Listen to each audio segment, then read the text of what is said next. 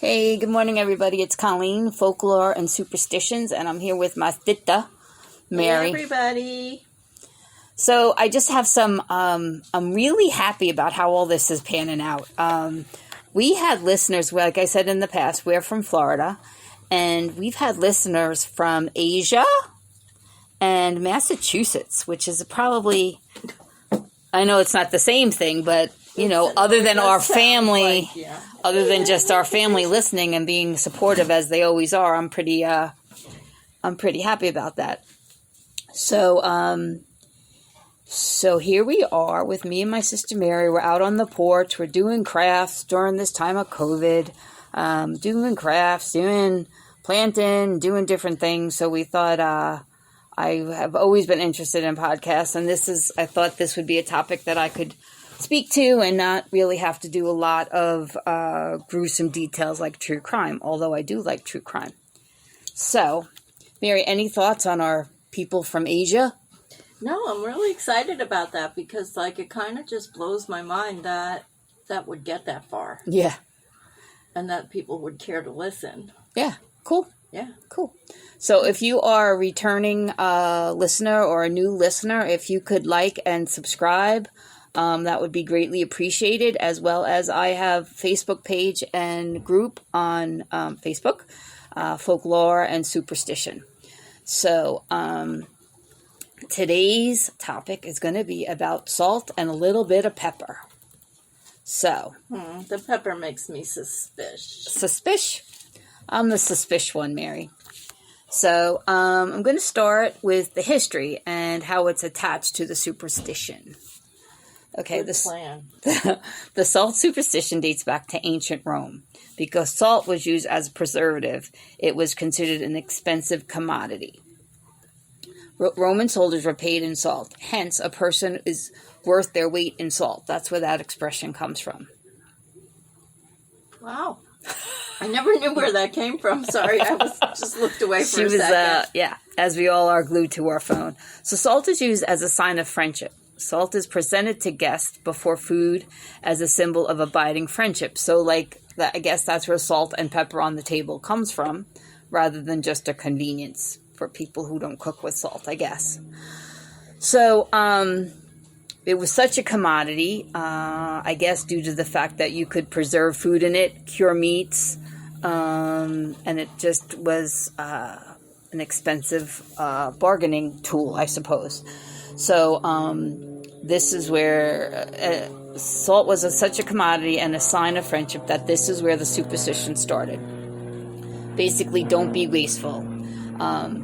So although it's interesting that when you spill salt, you take a pinch of it to scare the devil away. So also, you will see, in terms of being wasteful, you will see in Michelangelo's Last Supper, Judas spilled salt. It's depicted in the picture. That was bad.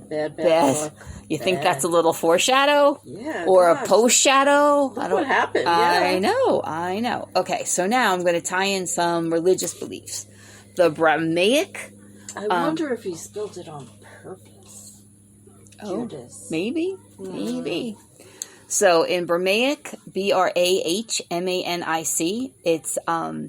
it's used sacrifices and during festivals held by the Semites as well as the Greek at the time of the new moon. Oh, I kind of put this all together. Bramaic uses salt during sacrifices and during festivals held by Semites.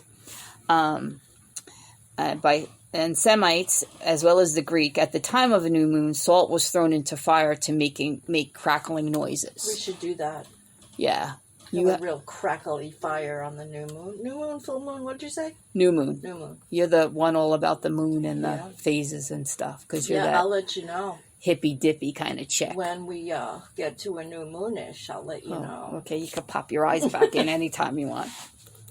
It's also used in Shinto, Shinto, as in Shinto, salt ritually purifies locations and people, and piles of salt are placed in dishes by the entrance of businesses to ward off evil and attract patrons. I've also read that people put salt in the corners of their house. I would imagine it's the same principle to ward off evil.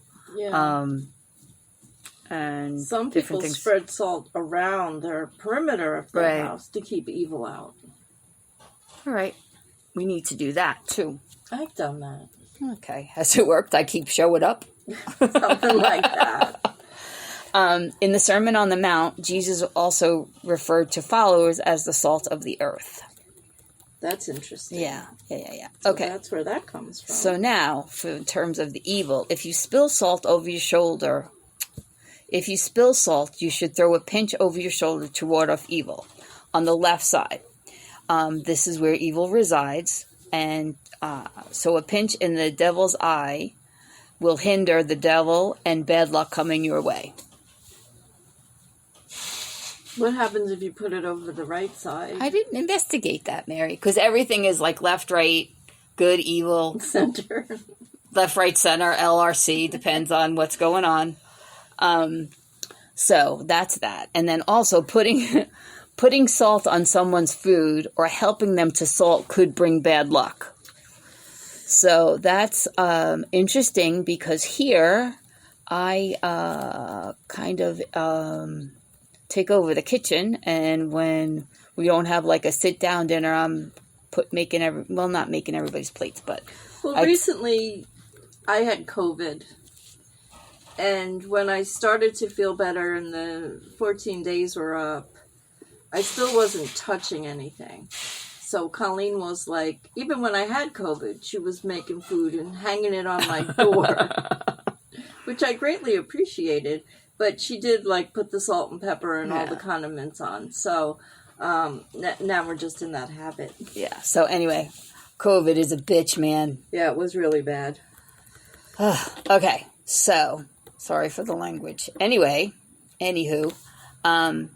so all that, it's a commodity, ancient soldiers, warding off evil when you spill it.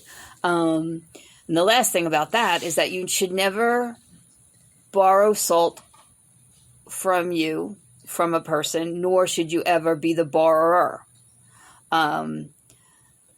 It should only be used to give as a gift and never lent. And actually, when I first moved back to Long Beach,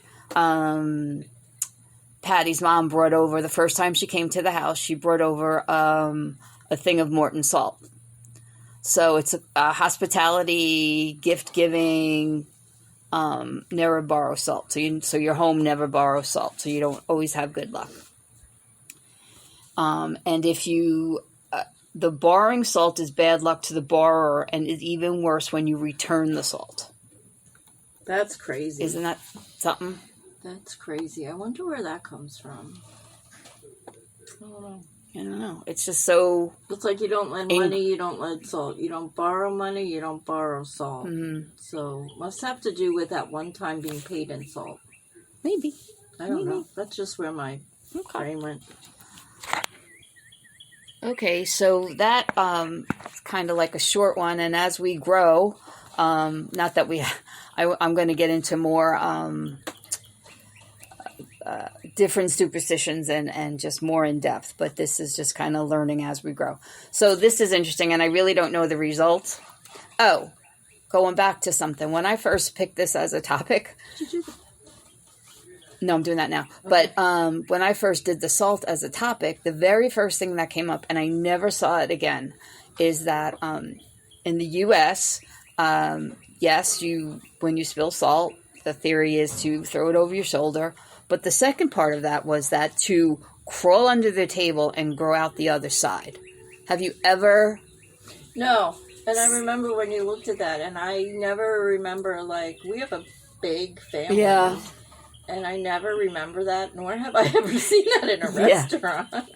Yeah, true. But so, and in terms of family, we do have a big family, and we're spread all over. So we have a group to kind of keep up with everybody on Facebook, and I put it out there. I have family in Tennessee, in the Adirondack Mountains, in the Southwest, in Arizona and New Mexico, in California, in Virginia, and nobody. Well, first of all, nobody commented, but whatever. But nobody, had any U.S. folklore kind of thing. So I find that interesting. And what I find even more interesting is that I never saw it again.